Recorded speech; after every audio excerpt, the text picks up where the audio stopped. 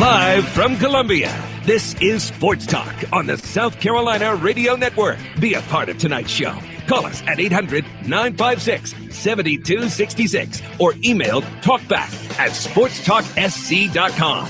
Now, here are your hosts for Sports Talk, Phil Kornblut, Kevin McCrary, and Tom Hayes. So this penalty is quite substantial, much more.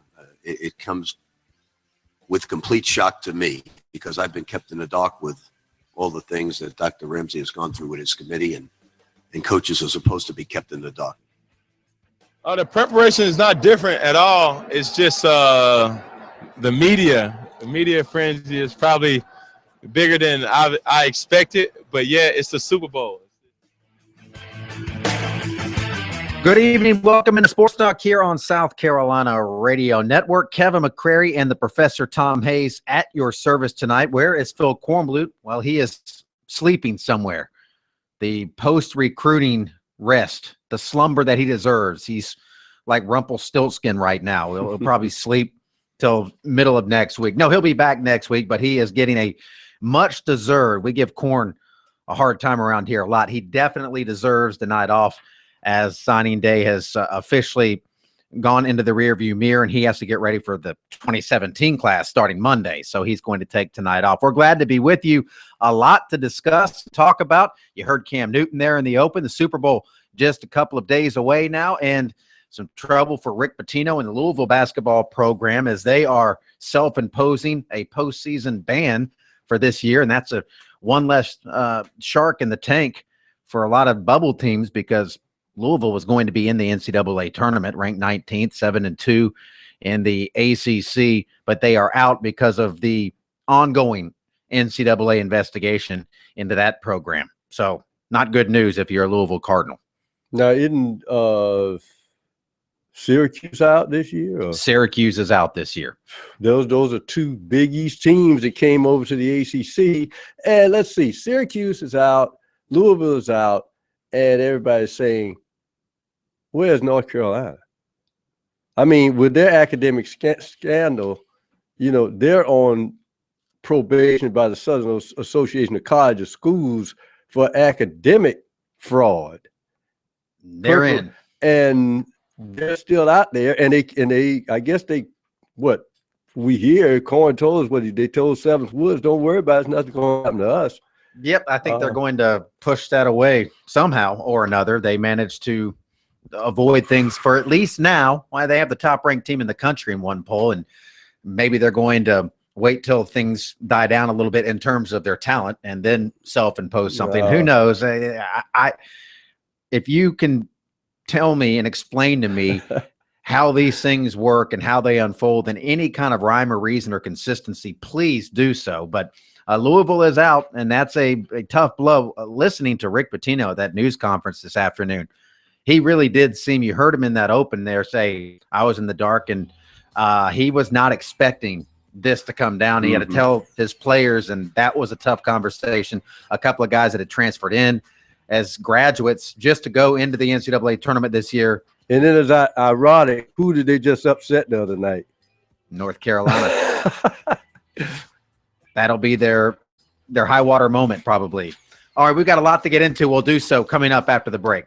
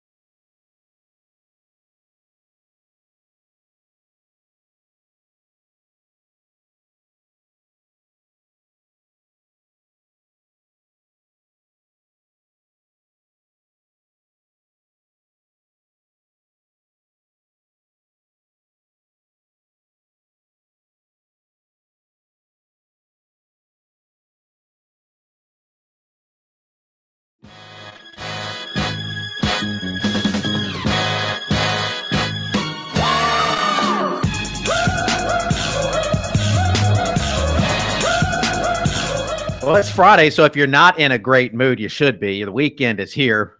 But if you need a little help getting in a great mood, we'll do our best to do that. We appreciate you tuning us in tonight, wherever you have us pulled in around the state on many of our great affiliates, maybe online at sportstalksc.com. Maybe you're watching us right now on our video feed there at sportstalksc.com. We appreciate you very much.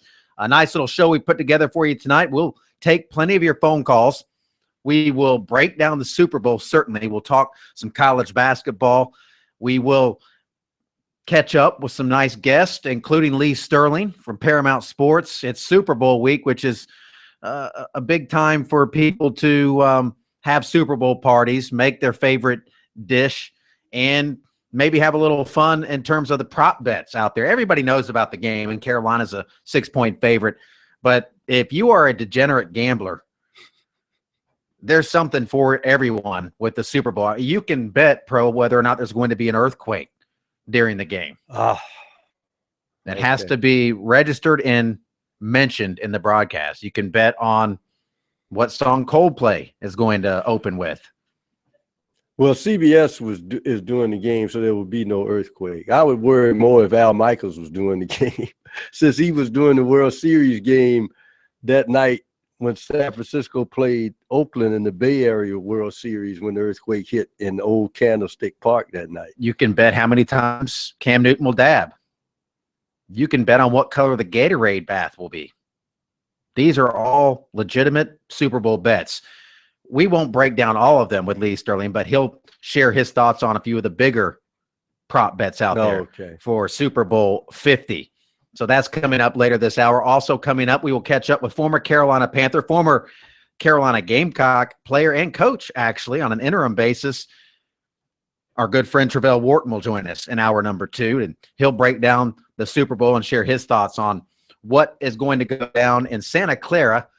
It's not officially San Francisco. They're playing the game in Santa Clara at Levi Stadium, the Panthers and Broncos. I was listening to Josh Norman, and boy, he is not afraid to speak his mind. He's been going back and forth with Emmanuel Sanders, and then he was talking about Peyton Manning, and somebody asked him if he's going back and watching a lot of film from Peyton Manning in some of his earlier games and earlier Super Bowls, and he said, why would I do that? I'm watching this year, basically alluding to the fact that he ain't anything like he was 3 years ago. This is a different Peyton Manning, so I watched everything from this year, and I know everything I need to know about Peyton Manning. Famous last words. Does Peyton have enough in the tank? And that's the big question. Does Peyton have enough in the tank? His brain's still fine, so he still knows what he wants to do, and you can tell that he's trying to make the throws that his brain is telling him to make, but his body's just not cooperating. He sees a guy, he's trying to put it there, but the ball just comes out of his hand like a fluttering duck. I mean, I know that's just a cliche, but it's a wobbly, fluttering, sick-looking duck that's on its way just to crash. In we have the SC Wild segment. It looks like one of the ducks that somebody shot during duck season last month. Well, that's when he throws the deep ball. I mean, his intermediate ball is the one that's still crisp. Now, but aren't they going to take that away from him? They better, because what happens is that becomes an extension to Denver's mediocre running game, and that keeps the chains moving. And if you're Cam Newton, you want the football so you can get into a rhythm. This is why it'll be interesting how the linebacking core plays in this ball game. And if was the guy from Georgia, Jefferson, the Luke Kuechly's partner, Thomas Davis. Yeah. If he's not 100%, that's going to be a key. And I still worry about a one-arm linebacker playing pass coverage. It'll be interesting to see what happens. He's been practicing this week, and they should get Jared Allen back in some capacity to help rush the passer or rush Peyton Manning. I think it's going to be a defensive struggle.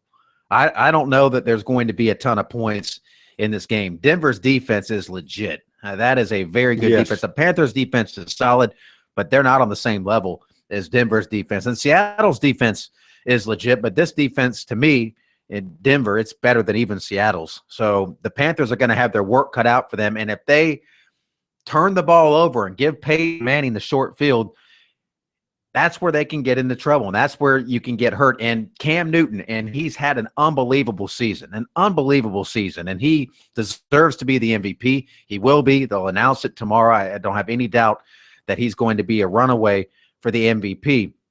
On this stage, is he going to be able to stay within himself, protect the football? Are the Panthers going to be able to run the ball? Will Cam Newton have 100 yards rush? I mean, the Panthers have had 30-plus straight games of 100 or more yards running the football.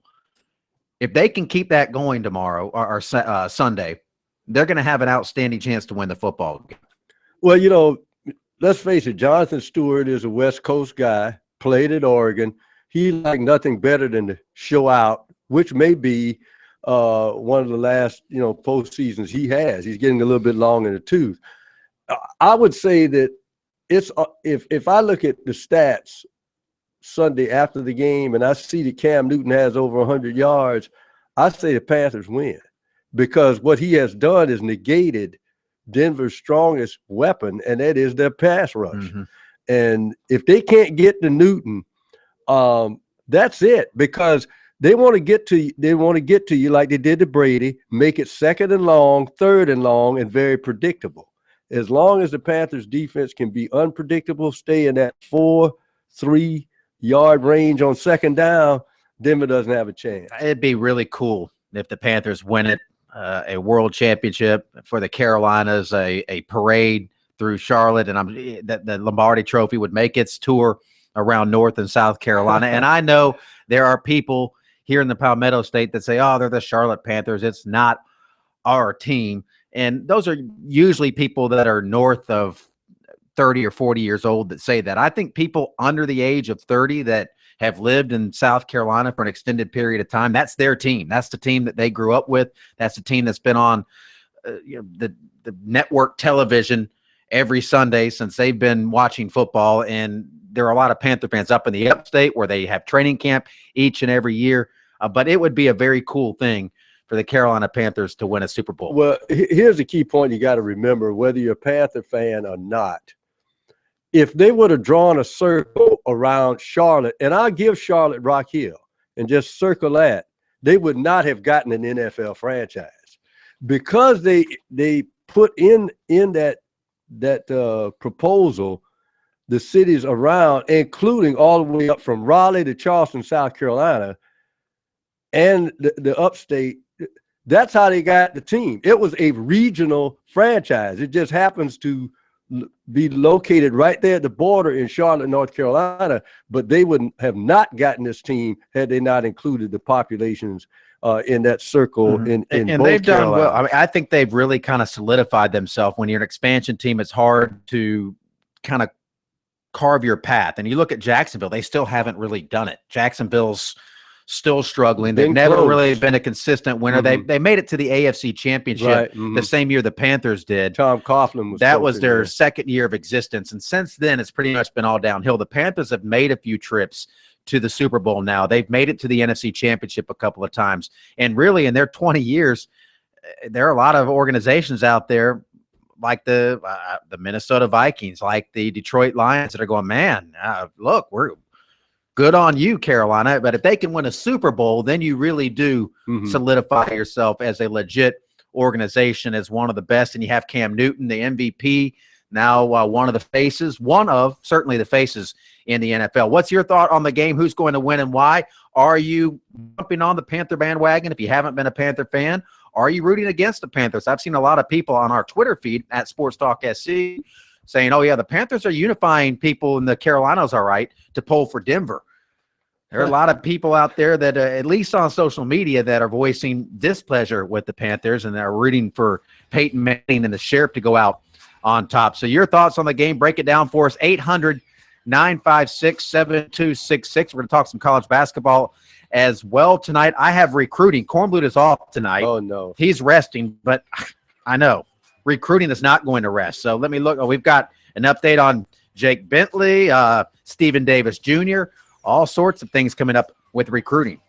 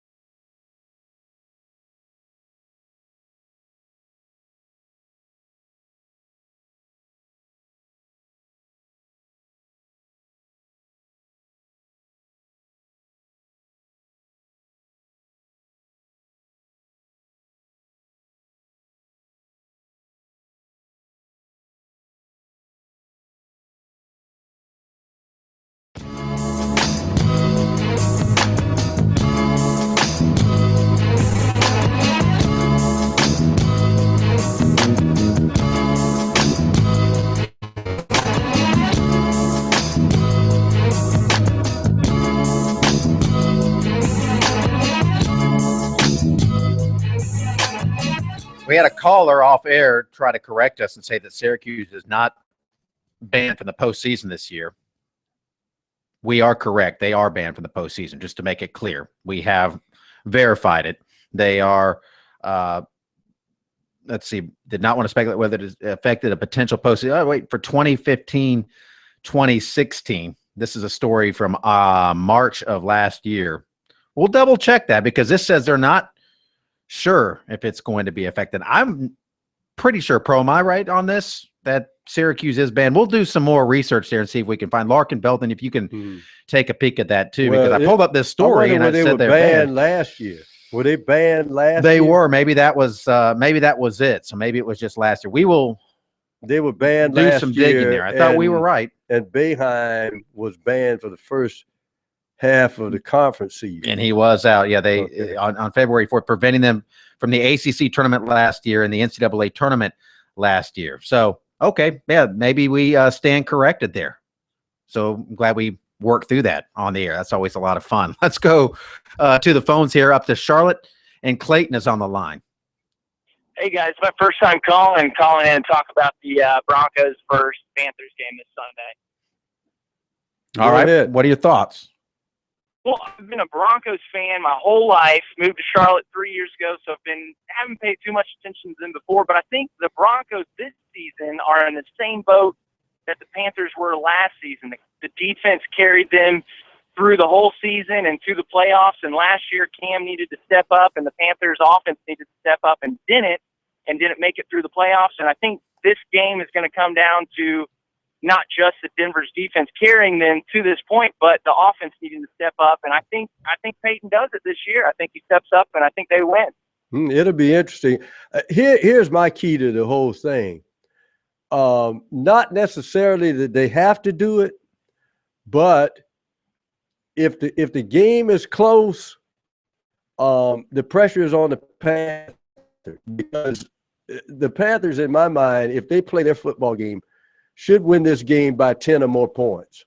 But if Denver's defense keeps him in the game, a la holding the Panthers to field goals or having them punt in certain situations, not letting them get sustained drives, then you got yourself a ball game, and a guy like Peyton Manning can steal it in the end. So if you're Denver, you just want to stay close. If you're the Panthers, you want to get a lead early and a working margin.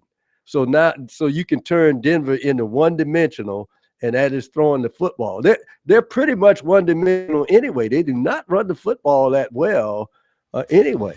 So it'd be interesting to see how the Panthers play this. But defensively, if Denver has to go one-dimensional, they're in hot water. Yeah, Peyton can't throw the ball around 30, 35, 40 times a game.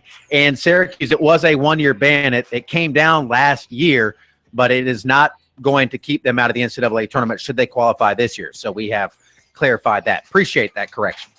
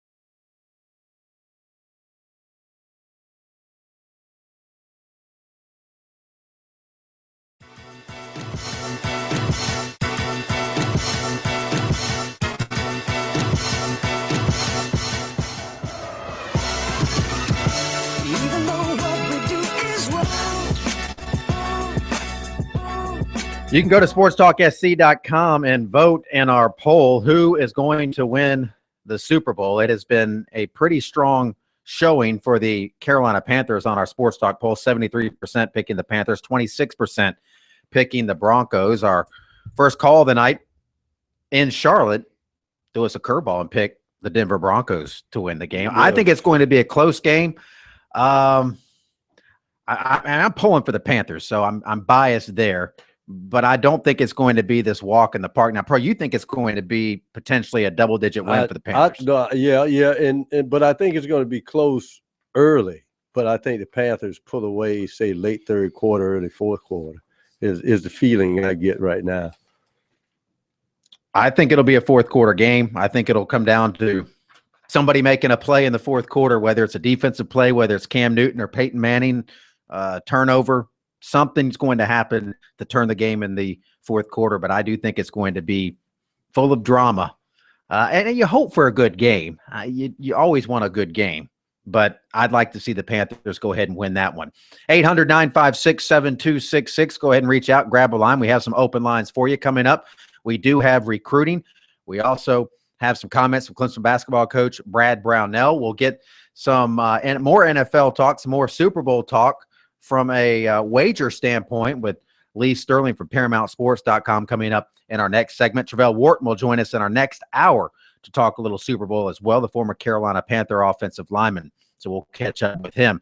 Mentioned Clemson and Virginia Tech tomorrow in Blacksburg. That's a big game for the Tigers, a winnable game for the Tigers, another chance to get a road win, and that would be their 8th win in the ACC. Would be very, very impressive. Meanwhile, USC stays on the road. The Gamecocks play at Texas A&M. That's number 25 against number 8. And the Aggies are the 8th-ranked team in the country, but they did not look like it last night in Nashville against Vanderbilt. Now, that's a pretty good Vanderbilt team. Got off to a slow start. Some people were starting to knock them a little bit because their record wasn't great, but that's a good Vanderbilt team, and they showed it last night. But USC and Texas A&M both coming off losses. I don't know if that's what you necessarily want if you're South Carolina taking on a Texas A&M team that got humbled pretty well last night in Nashville, but that's what the Gamecocks have now. And if the Gamecocks, they haven't lost 2 in a row all season, but if they lose at Texas A&M, all of a sudden people are going to start really poking holes in their resume. They're going to say, well, who have they really beat to this point? I mean, South Carolina's best win right now, and I don't think there's any question about this, their best win is their win at Clemson in Greenville. Probably Memphis took the gas against UConn again. You could say Clemson, and from a standpoint of just a solid at team, Ole Miss.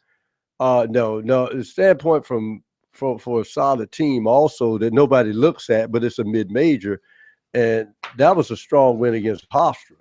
Hofstra is a tremendous team. In November, December, it's so hard to really.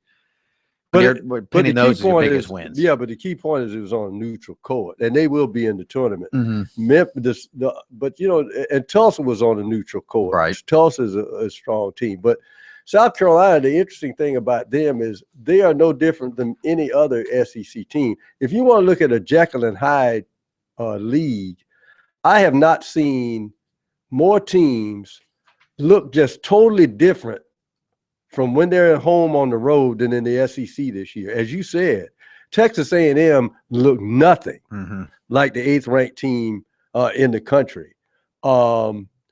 Kentucky looks beatable every time they go on the road now. So it's going to be interesting.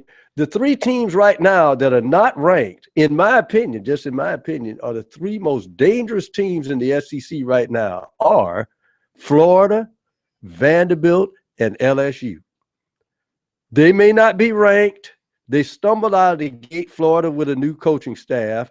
Vanderbilt and LSU had some injuries early on, so they weren't really all together. But right now, K-Mac, those 3 teams are very dangerous.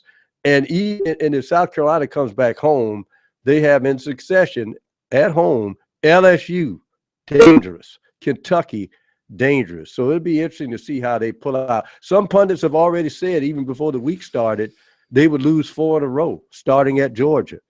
If they want to prove the pundits wrong, they need to turn the corner either Saturday or when they get back home. It's a big stretch because you don't want to hit a swoon right now, but Right. it doesn't get any easier too when they get back home. They get Ben Simmons and LSU on Wednesday night, and that's followed up, as you mentioned, by Kentucky on Saturday. USC announced today that game against Wildcats is a sellout, so they'll have a full house there, and they played very well at home at Colonial Life Arena. There are a few tickets left for the game Wednesday against LSU, and I would encourage anybody that wants to go and see a potential #1 overall pick in the NBA draft play, if you're into such things and watching guys, whether you want to buy into the hype or not.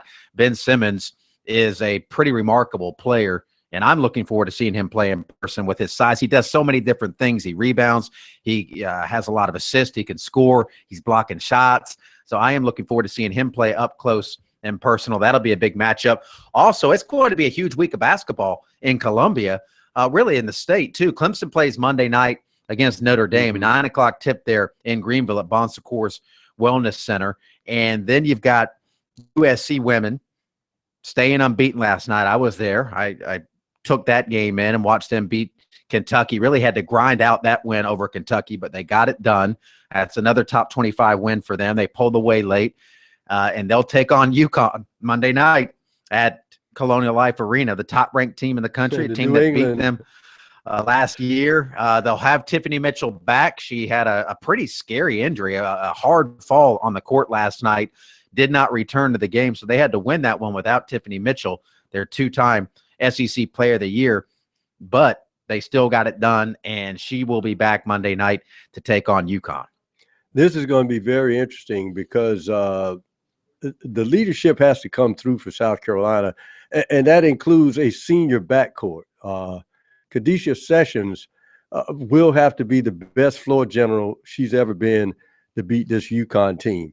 One of the knocks against this South Carolina team is the fact that they are just now adjusting K-Mac to being the hunted, because they have had some very poor starts in basketball games, in the fact because they have not met the intensity of their opponent that wants nothing better than to knock them off.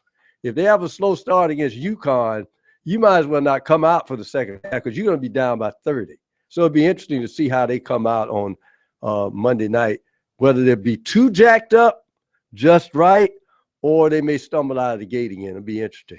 Hey, want more out of your education? Palmetto College offers the quality of a 4-year education online. To find out more, visit palmettocollege.sc.edu. With Palmetto College, your future has no limits. Some other in-state action tomorrow. The College of Charleston has a home game against Drexel. Wofford is on the road against Sanford. Coastal Carolina also on the road against Radford. The Citadel travels to Mercer, and Furman is in Tennessee to take on Chattanooga. Charleston Southern at home against Longwood, and Newberry faces Mars Hill. So that is your in-state action tomorrow.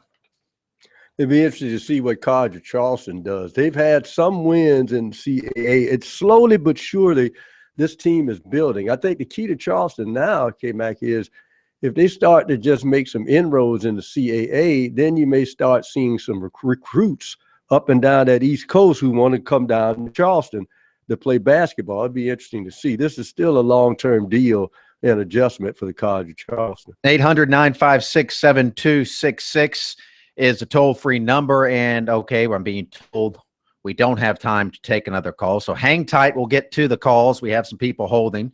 Be patient.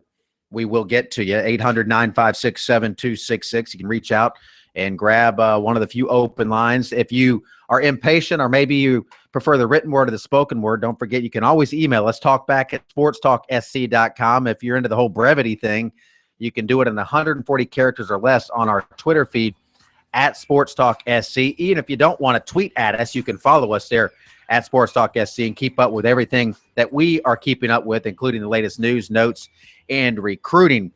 Lee Sterling will be joining us as well in our next segment. We're going to talk some Super Bowl and some prop bets at the Super Bowl.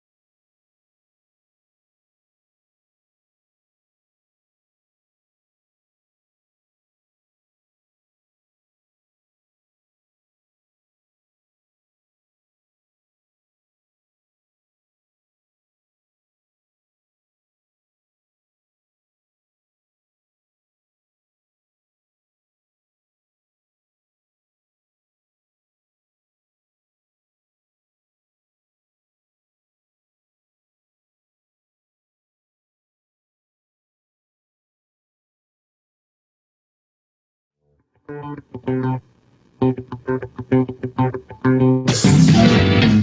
to put your money where your mouth is. Put them in the field and let them fight it out. He's a hustler. If you don't got eggs, you won't be getting no sales. And if you don't got money, you want some money. If you don't got All right, Lee Sterling on the line with us now from ParamountSports.com. And this is like Christmas for you, Lee. All these great things to look at with the Super Bowl, not just the game itself. And we know the Panthers are a 6-point favorite. That's a big bet. But, man, there's like 300 other things you can bet on.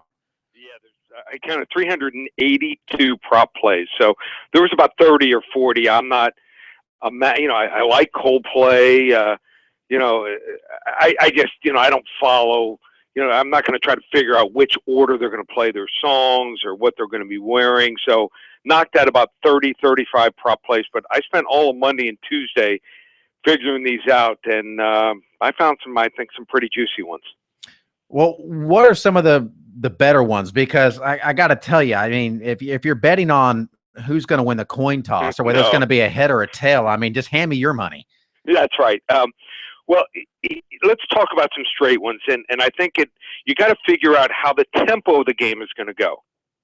And I think Denver is going to try to run the football and control the ball and keep Cam Newton off the field. And for that reason, I like the total number of completions for Cam Newton, even though I think he's going to have a nice game, at under 19.5. Also think that Denver will try to make sure Ted Ginn Jr. doesn't get behind him.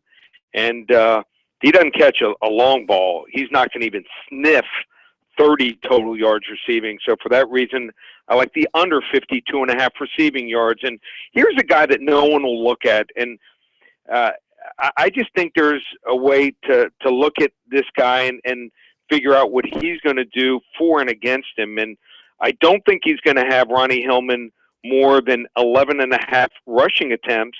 So I'm going to play the under there. But I like the over of 9.5 receiving yards. He only has to have one catch for 10 yards, and you go over there. They ran him in the championship game, a lot of wheel routes, but I think they're going to use him across the middle in some one-on-one situations and maybe some screens. And I like Ronnie Hillman at the over 9.5 receiving yards. All right, so you're not going in any of these crazy prop bets like what song is Coldplay going to open with? I might have 20 or 50 bucks on a few, but there's some interesting ones. I mean, look at Steph Curry. Everyone will be watching the game on Saturday night. Played, just a few miles from the Super Bowl, and he's going to be playing against Oklahoma City. That's going to be a shootout. That might be a 150 to 143 game. You can take the total points he scores in that game on Saturday night versus the total points that the Panthers score in the Super Bowl and add 4.5 to that number. I got him down for 38 plus points in that game. So unless the Panthers plan on scoring 35, I think you're going to win with Steph Curry there. Also, you can play some golf prop bets. Rory McIlroy or Bubba Watson in their fourth round score at the Dubai Classic versus Emmanuel Sanders receiving yards. I think Sanders might have a big game. He's their threat, especially on crossing routes. I'd go with Emmanuel Sanders, and you can play some soccer cross bets with the total number of goals scored by Arsenal versus Peyton Manning touchdowns, or even the UFC fight on Saturday night, the main event, total number of full rounds completed versus Panthers and Broncos field goals, that they end up getting. So that's an interesting one. And the final one, I'm going to give you a long shot. Did either of you guys win the lotto? I don't think so. I noticed somebody didn't claim $63 million in California. I was going to try to claim that, but it didn't work. Okay, so yeah. I didn't win it either. So I'm going to give you a long shot. Now, Cam Newton at 5 to 7, there's no money there. That's like playing the odds-on favorite in a horse race. You got to wager $7 for every 5 you want to win back there. That's not good enough for me. But you want a long shot. Take a look at Aqib Talib. Now, here's a guy. He does get burned some. He might give up a couple touchdown passes, but he had at least twice a year, it seems like, where he comes up with multiple interception games. And if he comes up with 2 interceptions, he likes to jump routes, and if he gets locked in on Cam Newton. He has 2 interceptions and one's for a touchdown. It's a low-scoring game at 100-1. If that comes in, I've got $100 on that. You probably won't hear me when we normally That'd do be a our happy segment Super Bowl. for March Madness. Yeah, you won't hear from me for 4 or 5 months. All right, forget the props now real quick. What Yeah. about the game itself? 6-point Carolina Panther favorite. I think Denver's offensive line isn't good enough to control Carolina's front seven, and Cam Newton converting on third down, just too good. It's his year. Panthers are a team of destiny. They have the best player in the league in Cam Newton, best defensive player. I like Carolina 27-17. All right, like the Panthers, laying the 6 points. Yep. We appreciate it, Lee. We'll catch up with you soon, man. Sounds good, guys. Enjoy the Super Bowl. Lee Sterling, ParamountSports.com. Give him a follow on Twitter as well. Great stuff from him as always.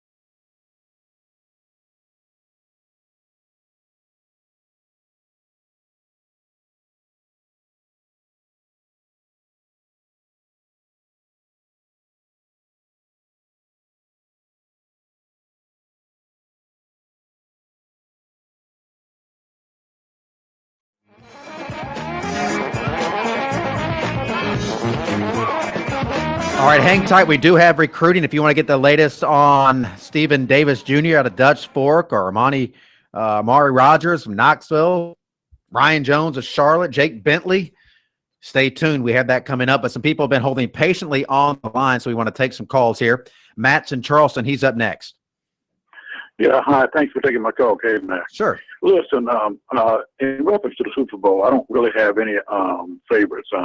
I don't have a problem with Denver because I think Peyton Manning has been a great quarterback. He's been great for the NFL, and he's helped develop mediocre receivers into all-stars. Carolina's never won the Super Bowl, so I wouldn't have a problem with them winning it.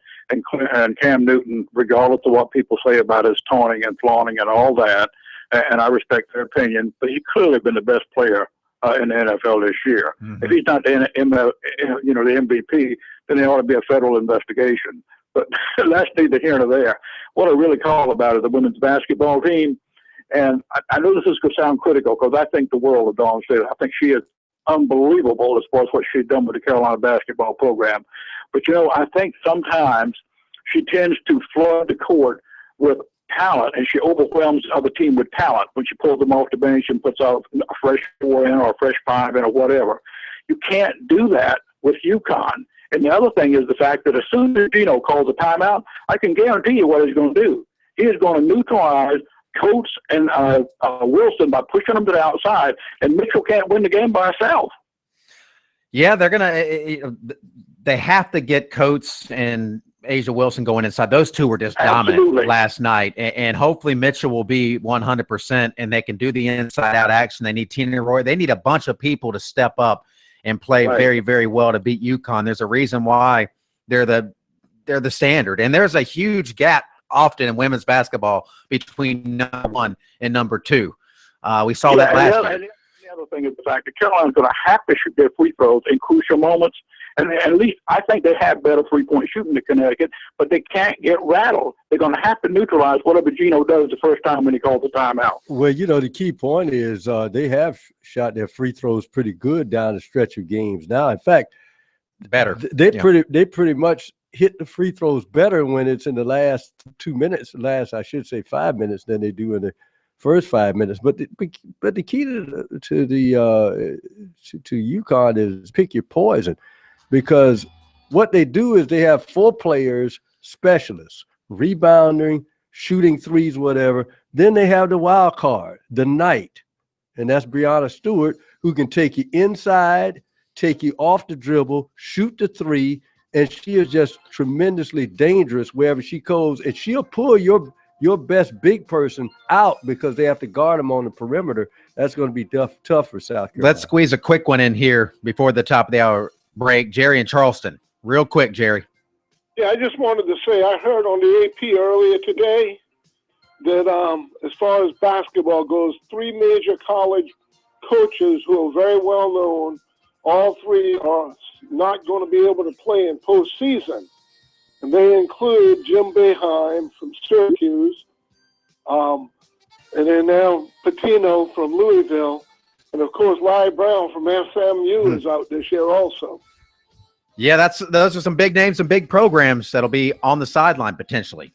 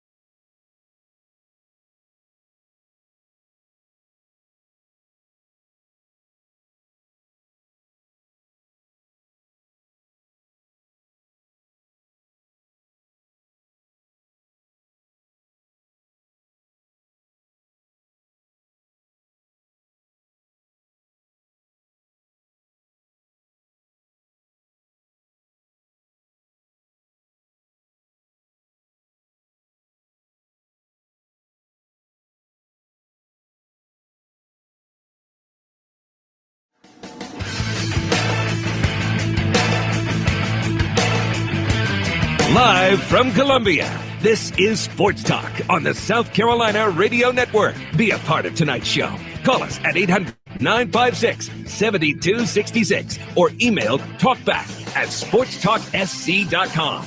Now, here are your hosts for Sports Talk, Phil Kornbluth, Kevin McCrary, and Tom Hayes. Hour number 2 of Sports Talk here on South Carolina Radio Network. Kevin McCrary, the Professor Tom Hayes with you in our Columbia studios.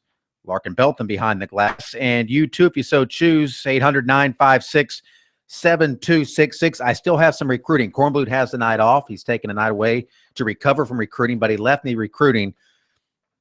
And I'm just holding it. I have some good stuff. Hang in there. Yeah. We will get Got to some it. juniors We sitting do. on We there. have some Okay. stuff going on, but we've had some people holding patiently. It's Friday night. I like to reward people with as much airtime as possible, especially when Corn's gone. We like to take as many calls as possible. We have somebody call. Where's Wisconsin? Okay, we're going out to Wisconsin. Connor's on the line from Wisconsin, and he's been holding patiently. He probably had a whole block of cheese while he was waiting for us. What's up, Connor? Hello? Hey, man. I see you guys. He held all that time That's interesting. for that. All right. So long, Connor. Have another Okay. block of cheese. By the way, the Pack is not in the Super Bowl this year. They are Much- not. Much to Corn's chagrin. Let's jump into recruiting on that fine. That's a great segue into our recruiting report. And we begin with athlete Stephen Davis Jr. out of Dutch Fork. He remains unsigned, as Coach Tom Knott said. Davis will most likely sign where his father signed, Auburn, once he is qualified. USC is also in the wait-and-see mode for him, but wouldn't move on him unless he qualifies. Knott said Davis is working hard in the classroom this semester, and there's been no talk of him going the junior college route. One of the top prospects in the Carolinas for the 2017 recruiting season, offensive lineman Eric Douglas, 6'5", 280 out of Charlotte, is well down the road to making a decision. He has a top 4 and a plan to make a decision this spring. Right now, his top 4 in no order: Clemson, USC, Florida, and NC State. Cal is a 5th under consideration. He likes all of the schools involved right now. He will attend USC's Junior Day February 13th. He'll go to Florida February 20th. He's a Mallard. He and his Mallard High team, which has won 3 straight state championships, will open the 2016 season at Dillon. And, of course, Dillon has won 4 straight state championships. Wide receiver Amari Rogers out of Knoxville, Tennessee, has a Valentine's Day announcement, and he has a Final 5 of Clemson, Alabama, Wake Forest, Florida State, and Tennessee. He was at Clemson's Junior Day last weekend. He's a former Southern Cal commitment, and his father is Trojan assistant coach and former Tennessee quarterback T. Martin. Rogers is close friends with wide receiver T. Higgins of Oak Ridge, Tennessee, and he decommitted from Tennessee Thursday. He was at Clemson's Junior Day last weekend. He also has a USC offer. Wide receiver Ryan Jones of Charlotte to North Carolina today. Clemson was one of his offers. And there's some scuttlebutt out there about quarterback Jake Bentley, son of USC assistant coach, that he could end up going to Dutch Fork. Bobby Bentley's son could end up at Dutch Fork in 2016. Good possibility if he moves to South Carolina. Meanwhile, Dutch Fork wide receiver Austin Connor has an offer from Virginia Tech. USC is also showing interest. He visited Miami last weekend for track, and he'll challenge Clemson signee Tavian Feaster in the 100 meters at the state championships this spring. There it is, our recruiting report.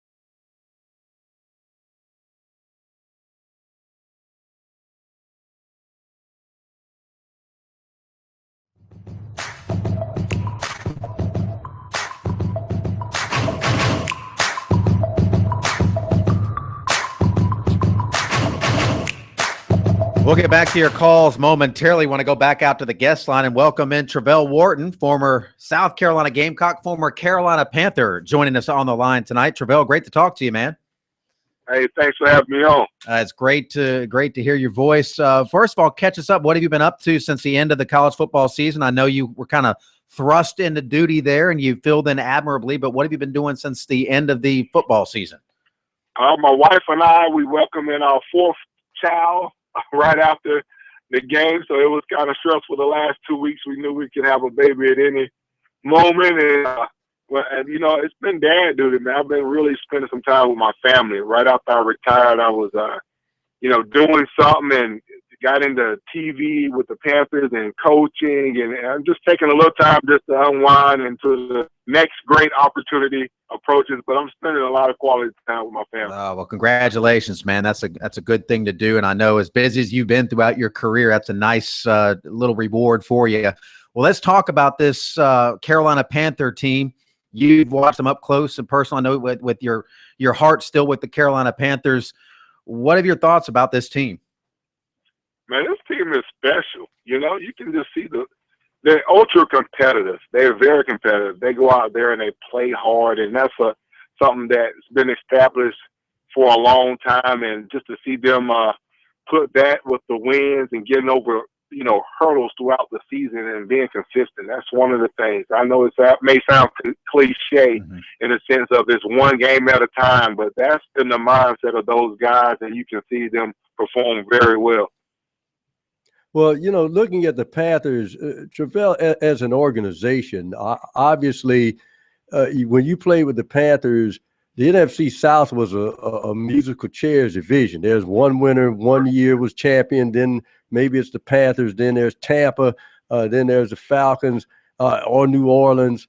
The Panthers taking control of this division and just the organization itself, it is the key right at the top with the owner, Jerry Richardson, being a former NFL player, and he knows what it takes and has an affinity of what it is to go through the life of a professional football player. The expectations from day one when you're drafted in, you meet with Mr. Richardson, and he tells you what he expects of you as a person and as a football player, and it's on you as a young man when you come into that organization. It's not like anything you ever seen before because it's truly as a family. The business. There's a business side to it.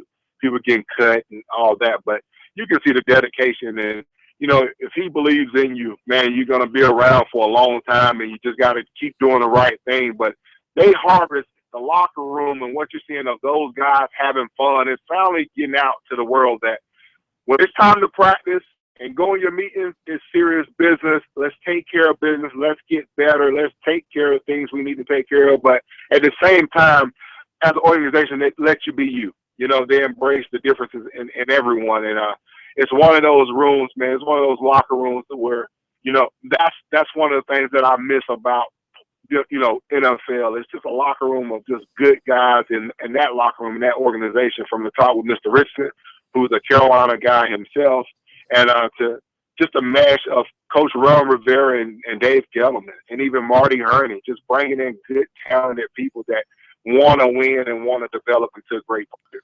Travelle Wharton on the line with us here on Sports Talk. Travelle, you've been around Cam Newton. You've kind of seen him mature to where he is now. He probably is going to win the MVP award tomorrow night. What has changed with him? I mean, is it just a matter of the light turning on or the guys around him? What is the difference between Cam now as opposed to the rookie that walked in the locker room the first time you saw him?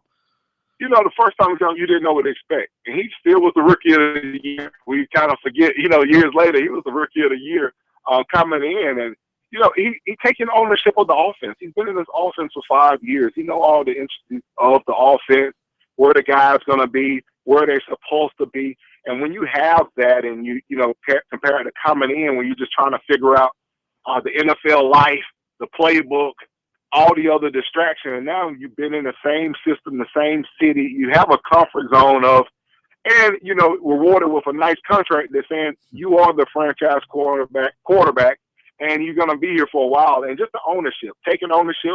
I feel like he was already there. We had different people but now he's an older player and just taking ownership. This offense, and being with Coach Shula, who's done a great job, who was his position coach when he first came in, who's now the offensive coordinator, just having that relationship that you know each other in and out, you know what you like and don't like. And, football is one of those deals where you always grow and you're always learning. You never stay the same. You're always learning something about the playbook and about yourself. So he's done a magnificent job of just doing that.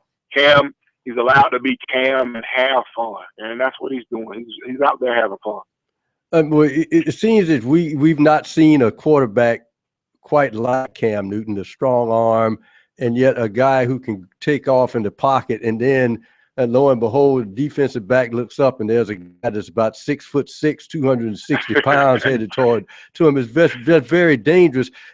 In your career, just blocking for a mobile quarterback, how is that? Is it that you feel that the guy across from you sort of tries to control his rush, knowing that if he gets upfield too quickly, number one is likely to pass him and go on a 30-yard run? So what is the difference between blocking to a guy who sits in the pocket versus a guy who can take off?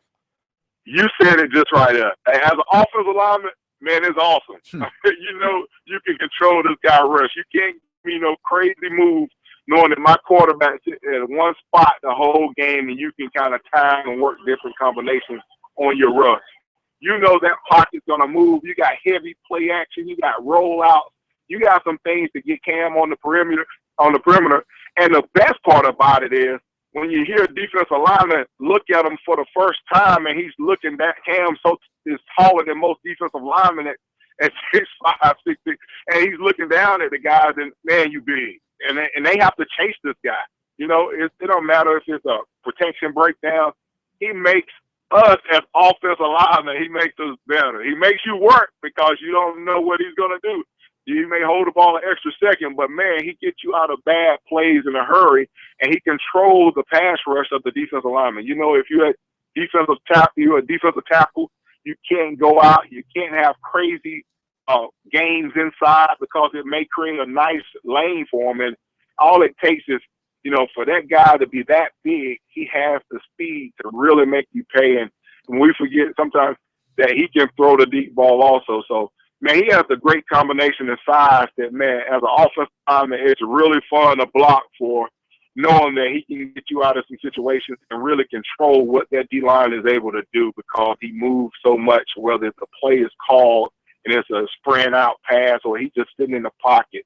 And his pocket presence has really got better. You can tell he's very confident in the offensive line. And those guys, he's one of those guys that you don't want to be icing up on Monday morning. You want him to be in there dancing and dabbing on Monday. That means you did your job. What do you like when you're watching the Panthers play? I mean, as a former player, are you sitting there? Do you kind of look at it from an analytical eye? Are you loud? Do you have to be in the room by yourself? Are you screaming at the TV? What do you like when you're watching them play on television?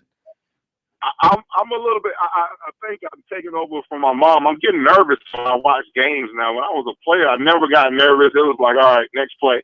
Now I walk away. I hear the delay. I listen to my wife. If she's yelling, all right, it's a good play. And I come back in the room. It's crazy right now. I've never experienced this before in my life. So I'm a huge fan of the team, and I try to listen to some of the dummy calls that they make. And I'm looking at the line, and all right, they're running this protection. All right, who messed up or who did a great job? I'm kind of still figuring it out. I still remember a lot of the plays, and I'm like, oh man, they're giving fake signals. And when you go back later in the week and you hear, the games are all mic'd up, I'm like, oh man, that's a fake, that's a dummy call. That ain't a real play, and you hear the defense. So I love the whole deal. After I retired, you really get to sit back and see, man, this is an awesome game that I was able to take part in. Yeah, it really is. I love it from the perspective of former players and coaches. You guys look at it from such a different place than regular fans and even media members. Travell, it's always a pleasure talking to you. We'll definitely stay in touch with you, man. Congratulations on your new addition, man. Thank you. Thank you guys for having me on. Yeah, enjoy the Super Bowl. Travell Wharton.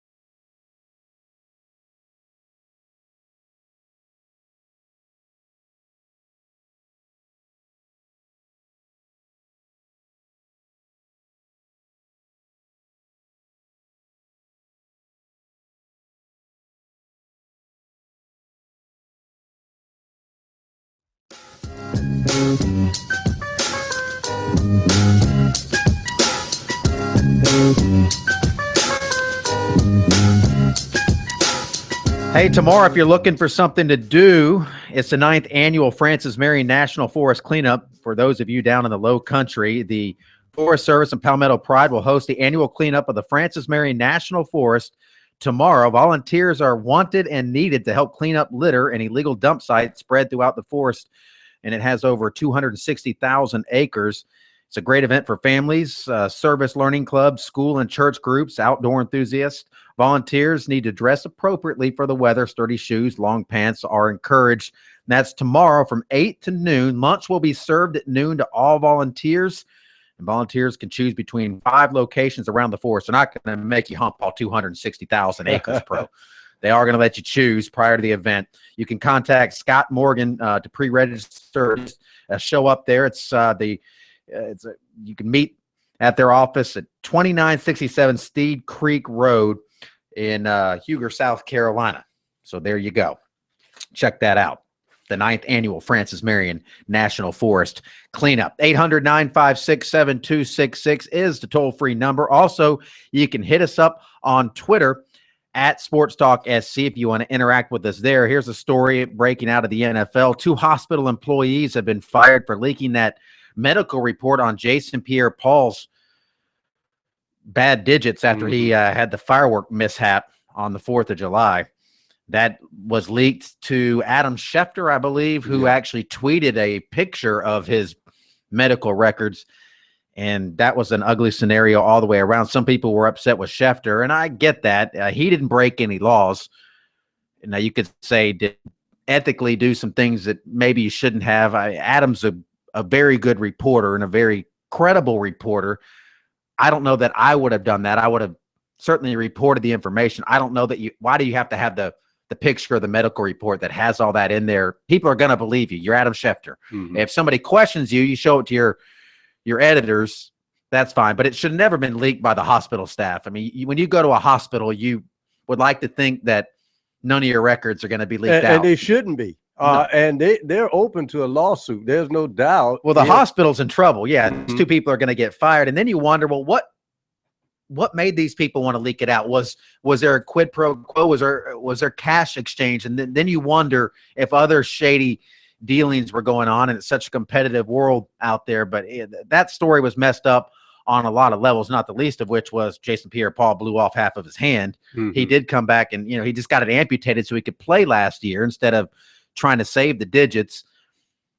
And he wasn't the same player last year when he came back. He basically was playing with a nub. Well, I'm still that opinion that he missed a finger, but we can recall I forgot what the defensive back's name with San Francisco was, but they Ronnie Lott. Well, that was just a pinky, and he was a defensive back. Exactly.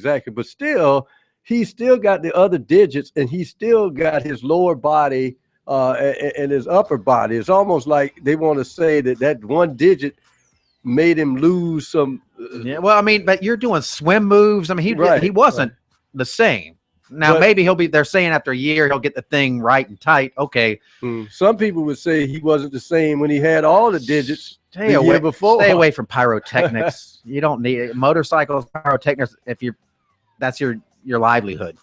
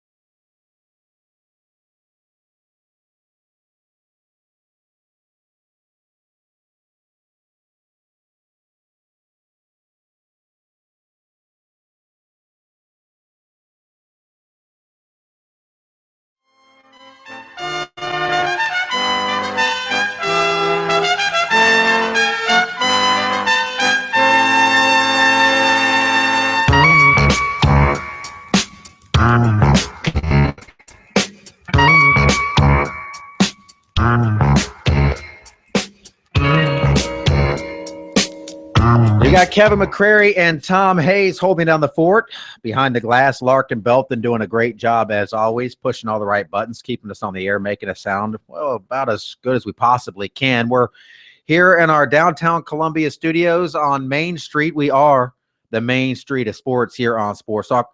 3 decades plus strong here on the program.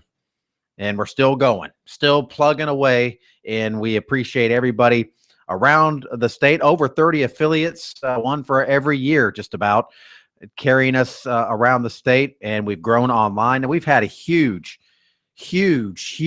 couple of months online. We had our one of our busiest months ever last month at sportstalksc.com. A lot of people have discovered that we not only put on a great radio show that we're pretty proud of, but we have a pretty darn good website that has great information. We can't stay on the air 24 hours a day, but we can update sportstalksc.com 24/7, and we do. And if you haven't found that site yet, you should. Make a note of it, sportstalksc.com, bookmark it, and all the recruiting stuff that you could ever want there, news, notes, interviews, stuff that we don't get to on the show that makes it to the website, interviews that you missed on the show, or the show itself. There's actually a link at the bottom of the page where you can watch the show if you are very brave, and that is TVMA if you watch the show, because it can be kind of frightening the first time you see us. Or if you don't want to see us and you just want to hear us, if that's your pain threshold for the day, you can actually click on a link, listen to the show. All sorts of great stuff there at sportstalksc.com. A link to all of our great affiliates there on the website. So there's something for everybody. They're fun for the entire family, as we like to say. Speaking of fun, Brad Brownell's been having a ton of it this season. The Tigers, one of the best teams in the ACC this year, one of the surprise teams in the ACC. They already have 7 wins in the conference, trying for an 8th. They're heading to Blacksburg. They're actually in Blacksburg now. They'll face Virginia Tech tomorrow, and they're coming off a big win over Wake Forest where they scored 56 points in the second half against the Deacons. At Wake Forest, the best half of basketball you've seen play this year? It was one of our better halves, certainly. We've had a couple of good halves this year. But I was pleased our guys really responded. We set the tone in the first few minutes of the half. A couple of defensive stops. You know, we scored in different ways, got offensive rebound baskets. We didn't just make shots. We scored off defense, guys were aggressive. And then we made plays and consistently made them throughout the course of the half and built positive momentum and certainly had a lot of different types of baskets in that game. Considering where you are in the ACC standings, 8 games left, I mean, you almost have to say we're in a playoff tournament mentality now. Not really. We're just still focusing on teams ahead of us and the game or week that we have ahead of us, and not trying to get too worried about all the other things, standings and in the tournament, out of the tournament, RPIs. That doesn't do us a lot of good. We just need to practice. We need to get better. We need to keep focusing on things we can control and try to have great energy and effort. It's a long season in basketball, but I'm really proud of the way our guys have played and the kind of energy and effort they're playing. Capital Coliseum is not exactly the most fun place to play. No, it's difficult. It's loud in there, and supposedly they're going to have a maroon out, so I'm sure it'll be a great crowd. And Buzz has got them playing at a very high level, very physical and strong team. They've got some older guys. They've got a couple of good transfers that have really come in and helped their team nicely. They compete really hard. It'll be a very physical, tough game. The other night on Twitter, somebody said, geez, wonder what Brad Brownell said to the team at halftime. Now we learned that Dante Grantham actually might have said something. Do you like to see a younger player step up? And Absolutely. At the end of the day, your teams are good when the players direct the team more than the coach. The coach is always going to be involved and direct and give messages, but when the players take ownership and start leading themselves and challenging themselves and holding each other accountable, I think that's when you have a greater chance of success. We've struggled with that a little bit with this team, and even some years past, a couple teams. But hopefully we're growing. Dante's a guy that I think is growing as a player, and we know we need him to take another step, and I think he wants to do that. His heart and head are in the right place, and certainly he just expressed his feet at halftime as well as I did. You had a lot of those 3-day things last year. You got it happening on Saturday, Monday. Did that prepare you a little bit last year how to handle the team? We've done this. I've had this throughout my career. Different mid-majors. You get exposed to this. It's more learning how to handle the off day or the middle day as opposed to like game day and all that kind of stuff. Kids are pretty resilient. They should be fine. It's just, how to prepare as best you can. Give them as much information as you can without overloading them in a short amount of time. And, we're a prep team. We're a team that does a lot of scouting and puts a lot of time into film and all those kinds of things more than some. And so we have to learn how to manage that and make sure our guys are ready to compete when it's time to go. Coach Landry has picked up a couple of cheap fouls early in the last couple of games. Has there been any consideration starting City like he did early in the season? I've thought about it at times. I don't know if I'll go back to it or not, but it's certainly something that, I've thought about. It's a thing that I did a little bit at one time in the year. But, Landry's he's got to make some better decisions. Some of them are, silly fouls. The first foul, Wake was went over the back. You can't have that, but then there are some fouls that, he's gotten some tough breaks in the last couple of games on a couple of calls, in my opinion. And then, he's always going to be in contact situations, so there's going to be some fouls. He just got to be smart and know when if he's going to make one to make it and when to stay away from some situations. And he's learning that. Hopefully he's going to adjust here down the stretch because we really need him out on the floor. Brad Brownell breaking down the Hokies in Blacksburg. Their third of 3 straight road games. They lost at Florida State a week ago Saturday, beat Wake Forest on Tuesday night, and a chance to go 2-1 on the road, which would be huge. And then Notre Dame at home Monday night, a 9 o'clock tip, and Kornblut will be in Greenville for that one. I'll be over at Colonial Life. A lot of big basketball Monday night. Well, here the interesting thing about Clemson right now is they've got to look at, and I don't know about Louisville and what this postseason means. That means they're not going to play in the ACC tournament too? That's a good question. Well, because the reason I ask that is because if they aren't, then for all intents and purposes, Clemson is now tied for third with a 7-3 record. Louisville is 7-2. Here's the key. I would bet they're not. I'm going to pull the story up to make sure, but a lot of times they don't like to have the teams that have the postseason ban in the tournaments because what if they win it? Then you're knocking out an automatic bet for somebody, and the conferences don't like that. And, the key point is they win this game, they come back home for 3. Notre Dame is always a challenge, but then you get Georgia Tech and Boston College. They could rip off 4 in a row and be 11-3 at this time in a couple of weeks. So it'd be interesting to see. And then they go on the road to NC State, who has not been great shakes all year, and then a return date for Georgia Tech. You don't look ahead. Coaches don't like to, but I'll say they look like they could run 6 in a row until they get to that home game against Virginia. That would be big. Brad Brownell would sign up for that. They're playing well. They're not doing it with smoke and mirrors. They are playing really, really well. They're playing better than anybody in the state right now. Now, South Carolina, they need to kind of kick it into gear, and this is the time to do it.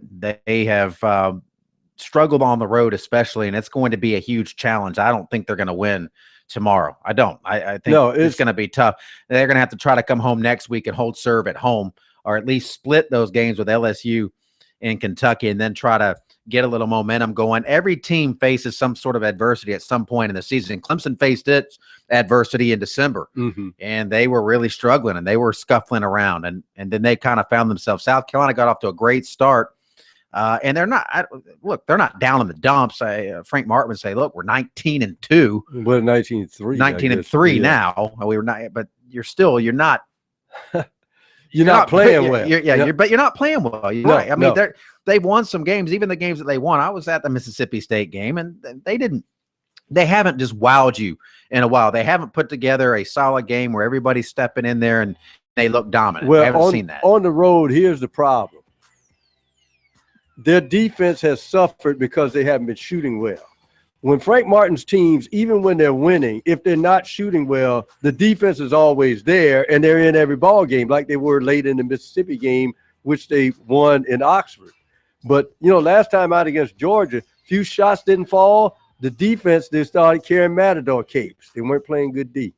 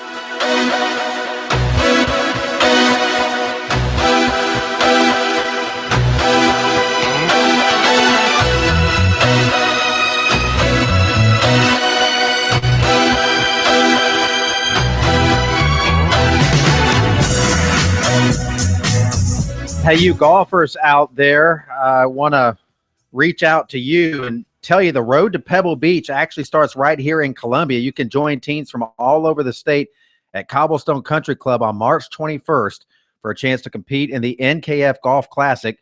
The National Kidney Foundation is asking for teams and sponsors to join them to help raise the money for awareness, prevention, and treatment of kidney disease. With a lot of people suffering from chronic kidney disease, this is a cause near and dear to my heart, and I'm happy to be a part of this tournament. So if you want to play, put together a foursome maybe, and I can tell you it is a great tournament. If you don't play in a lot of tournaments and you only play in one, this is the one to do. If you play in a lot of tournaments and haven't played in this one, you're not going to find one that's better. You get 3 meals, golf cart, 18 holes of golf, snacks, drinks, reception, breakfast, dinner, lunch. It's just, they do the whole 9 yards. They do a great job. You can register online at nkfgolfclassic.org or call Laura at the NKF office here in Columbia, 803-799-3870, extension 632. That's Laura Reed, 803-799-3870, extension 632. I'll be out there. I hope to see a lot of you out there as well at the NKF Golf Classic here in South Carolina, in the Midlands, on March 21st at Cobblestone Country Club. That is a great track as well. They have a nice new clubhouse out there. You never know who you're going to run into out there. Steve Spurrier goes out there and still plays from time to time. He doesn't have anything else to do. Quite often. He's going to be part of the, they're doing a big deal for the women's game, the South Carolina 1 versus 2. UConn #1 coming into town, taking on the second-ranked Gamecocks, 2 unbeatens. And anytime you get 1 versus 2, that's a pretty cool thing. And ESPN's giving it the full ESPN service, the SEC Network setting up shop. And among the parade of guests, Steve Spurrier is going to pop in there again.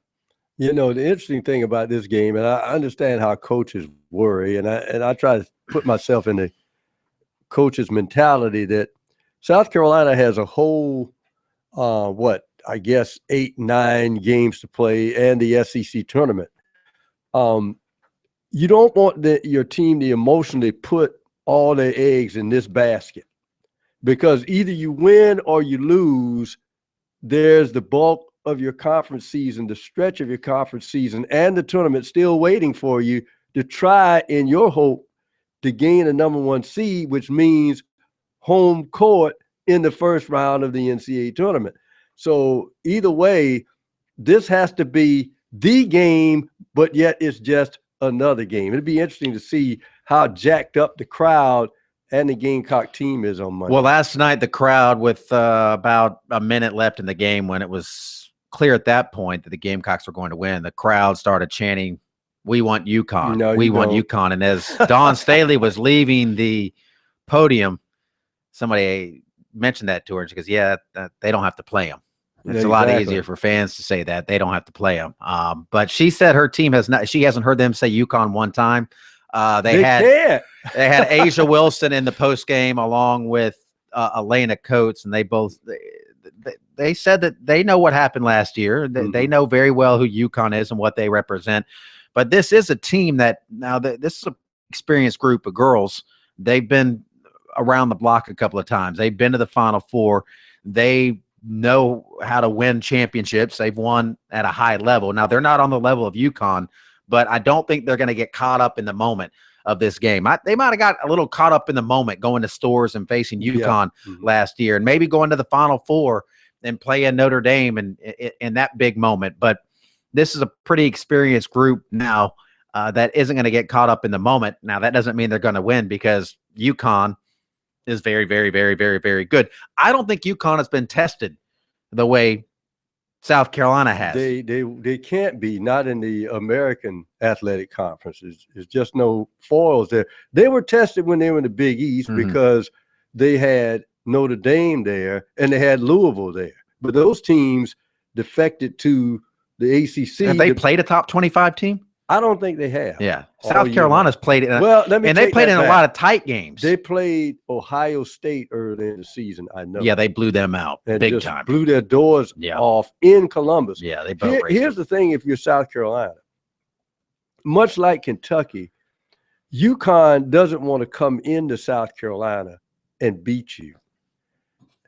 They want to take your heart out to just let you know, look, okay, you're number 2, but guess what?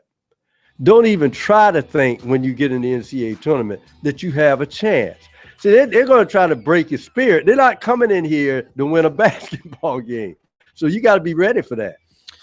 The crowd will be ready. They're expecting it is a sellout. They're expecting a full house there at Colonial Life Arena, 18,000 plus to watch number 1 UConn and number 2 South Carolina.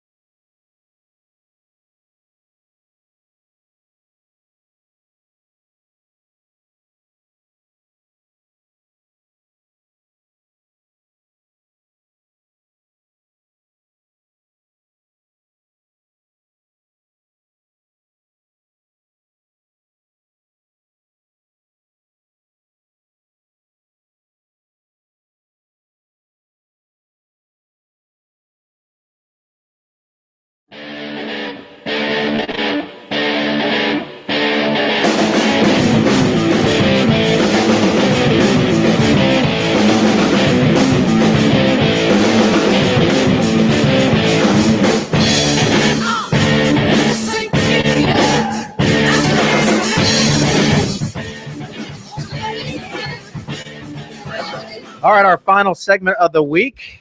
We'll be back Monday. It's going to be a busy show. We'll have a complete Super Bowl recap. Hopefully we'll connect with Mick Mixon to talk about a Panthers Super Bowl victory.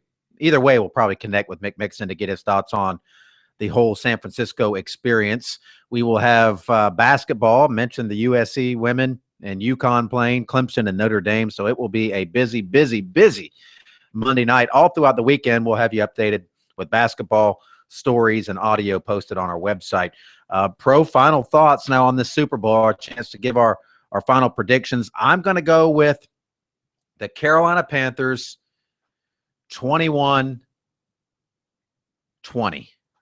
I'm going Carolina Panthers. I think it's going to be, I'm going to say something like 28-19. 28-19. That'd be a good game. Mm-hmm. That could be a fourth quarter game. Larkin, who you have? He's going 31-21 Panthers. Are you a Panthers fan, Larkin? No, he's not a Panthers fan. Are you a fan of any NFL team?